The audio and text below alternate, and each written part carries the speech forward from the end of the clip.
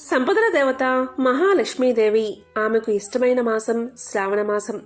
అందులోనూ శ్రావణ శుక్రవారము అంటే అమ్మవారికి చాలా ఇష్టం. శ్రావణ శుక్రవారం రోజు మన ఇంట్లోని దారిద్ర్యం కష్టాలను పోగొట్టుకోవాలి అన్నా అమ్మవారిని తృప్తిపరిచే పనులు చేయాలి. అప్పుడే లక్ష్మీ కటాక్షం కలుగుతుంది. శ్రావణ శుక్రవారం రోజు ఎవరైతే సాయంత్రం 5:45 నుంచి 6:15 మధ్య అమ్మవారి ఫోటో ముందు ఈ ఒక్క దీపాన్ని వెలిగిస్తారో వారికి జీవితంలో ధనానికి లోటు ఉండదు, లక్ష్మీ కటాక్షం కలుగుతుంది.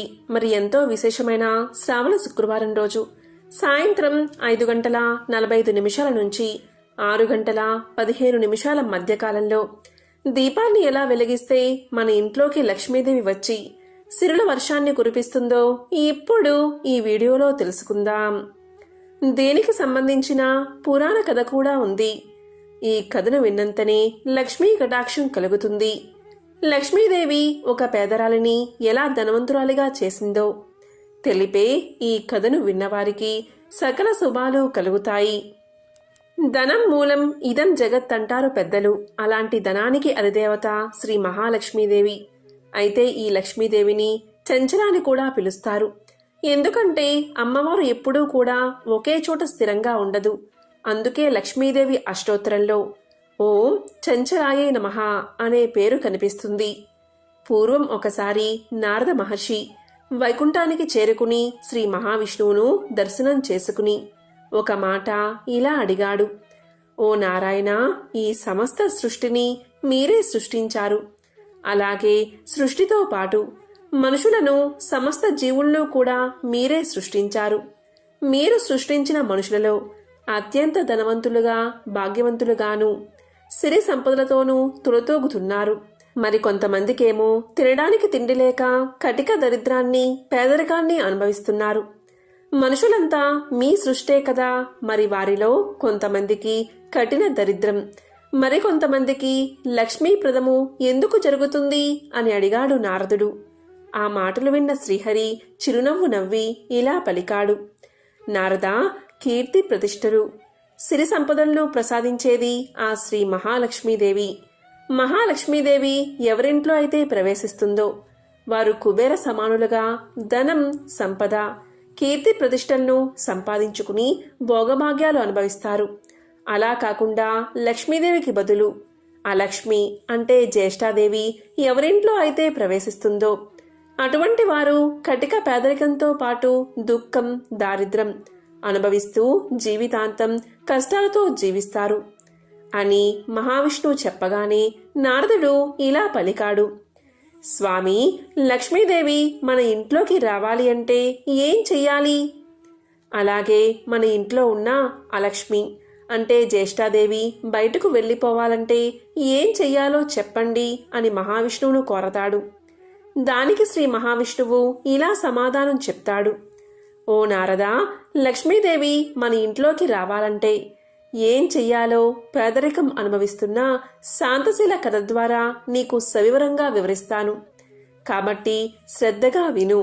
ఈ కథను వింటే చాలు లక్ష్మీదేవి వారింట్లోకి నేరుగా ప్రవేశించి అష్టైశ్వర్యాలు కురిపిస్తుంది అని శ్రీ మహావిష్ణువు ఇలా కథను చెప్పడం ప్రారంభించాడు. పూర్వకాలంలో కాశీ రాజ్యంలోని ఒక గ్రామంలో శాంతశీల, రుద్రసేనుడు అనే దంపతులు నివాసం ఉండేవారు. వారు కఠిన దరిద్రాన్ని అనుభవిస్తూ పేదరికంతో బాధలు పడుతూ ఉండేవారు. శాంతశీల, రుద్రసేనుడితో పాటు ఆ గ్రామంలోని వారంతా అదేవిధంగా కఠిన దరిద్రాన్ని, పేదరికాన్ని అనుభవిస్తూ అన్న వస్త్రాలకు దూరమైపోయారు. ఒకరోజు శాంతశీల కట్టెలు తీసుకురావడానికి అడవికి వెళ్ళింది. అప్పుడు ఆ అడవిలో ఒక మునివర్యులు కనిపించారు. అతని వద్దకు వెళ్లి శాంతశీల ఆ మునివర్యులకి నమస్కారం చేసి కన్నీరు పెట్టుకుంది. దుఃఖిస్తున్న శాంతశీలను చూసి ఆ మునివర్యులు దివ్య దృష్టితో జరిగిందంతా తెలుసుకుని ఇలా పలికాడు. తల్లి, నీవు నీ గ్రామంలో ప్రజలంతా ఇలా కఠిన దరిద్రాన్ని అనుభవించడానికి గల కారణం ఏంటి అంటే మీరు దైవారాధన కానీ దీపారాధన కానీ చేయకుండా కటిక చీకటిలో బతుకుతున్నారు. ఆ కారణంగా లక్ష్మీదేవికి బదులు అలక్ష్మి వచ్చి కూర్చుంది. అందుకే మీ అందరికీ ఈ దీనస్థితి వచ్చింది. ఈ స్థితి నుంచి మీరు బయటపడాలి అంటే సాయం సంధ్యా సమయంలో శుచిగా శుభ్రతను పాటించి శుక్రవారం రోజు నీ ఇంట్లో దీపాన్ని వెలిగించి గుమ్మానికి అడ్డంగా నిలబడి నీ ఇంట్లో నుంచి వెళ్ళిన వారిని మరలా తిరిగి రావద్దని, నీ ఇంట్లోకి వచ్చిన వారిని ఇంకెప్పుడూ బయటకు వెళ్ళవద్దని వారి వద్ద మాట తీసుకో. అప్పుడు నీ కష్టాలన్నీ తీరి సకల ఐశ్వర్యాలు సిద్ధిస్తాయని చెప్పాడు మునివర్యుడు. మునివర్యులు చెప్పినట్లుగానే శాంతశీల శుక్రవారం రోజు శుచిగా శుభ్రతను పాటించి సాయం సంధ్యా సమయంలో ఊరంతా చీకటిగా ఉన్నప్పుడు తన ఇంట్లో ఒక దీపాన్ని వెలిగించి ఆ దీపాన్ని పూజించి తాను మాత్రం గుమ్మానికి అడ్డంగా నిల్చుంది. అప్పుడు నల్లటి వస్త్రాలు ధరించి చింపిన జుట్టుతో ఒక స్త్రీ ఇంట్లో నుంచి బయటకు వచ్చి ఇలా పలుకుతుంది. నేను ఈ దీపపు వెలుగులో ఉండలేను కాబట్టి బయటకు వెళ్ళిపోతాను అని పలుకుతుంది. దానికి శాంతశీల ఇలా సమాధానం చెప్తుంది. నీవు ఒకసారి ఇంట్లో నుంచి బయటకు వెళితే మళ్ళీ తిరిగి ఇంట్లోకి రానని మాట ఇవ్వు అని అడుగుతుంది. దానికి జ్యేష్ఠాదేవి ఇలా పలుకుతుంది. ఈ ఇంట్లో దీపం వెలుగుతున్నంతసేపు నేను ఈ ఇంట్లోకి రాను అని మాట ఇచ్చి బయటకు వెళ్ళిపోతుంది. ఆవిడే అలక్ష్మి అంటే జ్యేష్ఠాదేవి. ఆ తర్వాత పట్టు పీతాంబరాలు ధరించి నవరత్నాలు పొదిగిన బంగారు ఆభరణాలు ధరించి దివ్య మంగళ స్వరూపంతో దగదగా మెరిసిపోతూ ఒక స్త్రీ గుమ్మం దగ్గరకు వచ్చి, నేను ఈ చీకటిలో ఉండలేను కనుక మీ ఇంట్లో వెలుగుతున్న దీపపు వెలుగులో ఉంటాను, నన్ను లోపలికి వెళ్ళనివ్వండి అని అడుగుతుంది. అప్పుడు శాంతశీల ఆ స్త్రీతో ఇలా పలుకుతుంది. ఒకసారి లోపలికి వస్తే మళ్ళీ బయటకు వెళ్ళనని మాట ఇవ్వమని అడుగుతుంది. దానికి ఆ స్త్రీ, నీ ఇంట్లో సాయం సంధ్యా సమయంలో దీపం ఉన్నంతసేపు నేను బయటకు వెళ్ళను అని శాంతశీలకు మాట ఇచ్చి ఇంట్లోకి ప్రవేశిస్తుంది. ఆవిడే శ్రీ మహాలక్ష్మీదేవి. శాంతశీల ఇంట్లో ఉన్న జ్యేష్ఠాదేవి బయటకు వెళ్ళిపోయి లక్ష్మీదేవి ఇంట్లోకి వచ్చిన వెంటనే శాంతశీల అష్ట ఐశ్వర్యాలను పొందుతుంది. ఆ వైభవాన్ని చూసిన శాంతశీల లక్ష్మీదేవిని ప్రార్థించి నాతో పాటు నా ఊరిలోని ప్రజలందరినీ కటాక్షించమని వేడుకుంటుంది. మహాలక్ష్మీదేవి సమస్త లోకానికి ఒక వరాన్ని ఇచ్చింది. ఎవరైతే శుక్రవారం రోజు సాయంత్రం సంధ్యా సమయంలో దీపాన్ని వెలిగించి నాకు అర్పిస్తారో వారి ఇంటిని ఎప్పటికీ నేను విడిచి వెళ్ళను అని శాంతశీలతో చెప్తుంది లక్ష్మీదేవి. దాంతో శాంతశీల ఆ ఊరి ప్రజలంతా శుక్రవారం సాయంత్రం సమయంలో దీపారాధన చేసి అందరిపై లక్ష్మీ కటాక్షం కలిగేలా దీవించమని వేడుకున్నారు అని శ్రీ మహావిష్ణువు నారదుడికి తెలియచేశాడు. ఈ కథనంతటిని విన్న నారదుడు మహావిష్ణువుతో ఇలా పలుకుతాడు. ఇంట్లో ఉన్న జ్యేష్ఠాదేవిని ఎలా బయటకు పంపాలో, లక్ష్మీదేవిని ఇంట్లోకి ఎలా ఆహ్వానించాలో తెలుసుకుని లక్ష్మీదేవి ఎలాంటి స్థానాల్లో కొలువై ఉంటుందో, ఎలాంటి వస్తువుల్లో కొలువై ఉంటుందో చెప్పమని ప్రార్థించాడు. అప్పుడు శ్రీ మహావిష్ణువు ఇలా సమాధానం చెప్పాడు. లక్ష్మీదేవి అనుగ్రహం కలగాలి అంటే ఆ తల్లికి ఇష్టమైనట్లుగా నడుచుకోవాల్సి ఉంటుంది. లక్ష్మీదేవికి పాలు, పువ్వులు, పసుపు, కుంకుమ, దీపం, గోవు, ధనం, ధాన్యం మొదలైనవి చాలా ప్రీతికరమైనవి. వీటిని లక్ష్మీ స్థానాలు అని పిలుస్తారు. అందువల్ల వాటిని ఎల్లప్పుడూ నిర్లక్ష్యం చేయకూడదు. వాటి విషయంలో భక్తి శ్రద్ధలతో వ్యవహరిస్తూ ఉండాలి. శ్రీహరి దివ్య చరిత్ర పారాయణం చేసే చోట, శ్రీహరి భక్తిగానం జరిగే చోట, సాలగ్రామం, తులసి, శంఖధ్వని ఉన్న చోట లక్ష్మీ నివాసం ఉంటుంది. అంతేకాదు భక్తులను, పిల్లలను, పండితులను, విద్యావేత్తలను, మహిళలను ఆదరించే చోట, ఇల్లు శుభ్రంగా ఉండి ప్రశాంత వాతావరణం ఉన్న చోట లక్ష్మీదేవి స్థిర నివాసం ఏర్పాటు చేసుకుంటుంది. లక్ష్మీదేవి చంచల స్వభావం కలది కాబట్టి బాగా పొద్దుపోయే వరకు నిద్రించేవారి ఇళ్లల్లోనూ, సాయం సంధ్యా సమయంలో నిద్రించేవారి ఇళ్లల్లోనూ లక్ష్మీదేవి నివాసం ఉండదు. కష్టపడకుండా కాలాన్ని వృధా చేసే ఇళ్లల్లోనూ లక్ష్మీదేవి బయటకు వెళ్ళిపోతుంది. ఎప్పుడు చూసినా గొడవలు, ఏడుపులు, కలహాలు ఉన్న ఇంట్లోకి లక్ష్మీదేవి కాలు అస్సలు పెట్టదు.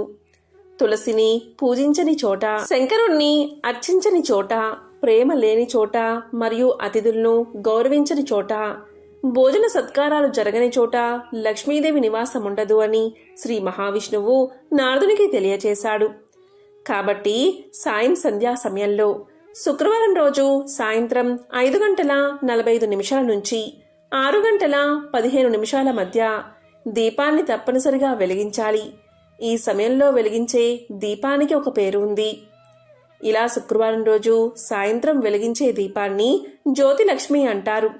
అంటే మన ఇంట్లోకి లక్ష్మీదేవిని ఆహ్వానించే దీపం అని అర్థం.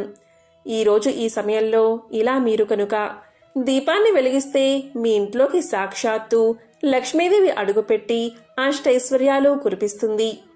ఇలా ఈ సమయంలో దీపాన్ని వెలిగిస్తే మీ ఇంట్లోకి లక్ష్మీదేవి వచ్చి శాశ్వతంగా ఉండిపోతుంది.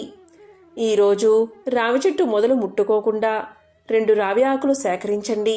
ఆ 2 రావి ఆకులపై గంధం లేదా పసుపు బొట్టు పెట్టండి. తరువాత దానిపై కుంకుమ బొట్టు పెట్టండి. తరువాత ఆ రావి ఆకును లక్ష్మీదేవి చిత్రపటం ముందు ఉంచండి. దానిపై ప్రమిద ఉంచి 5 ఒత్తులు విడివిడిగా వేసి దీపాన్ని వెలిగించండి.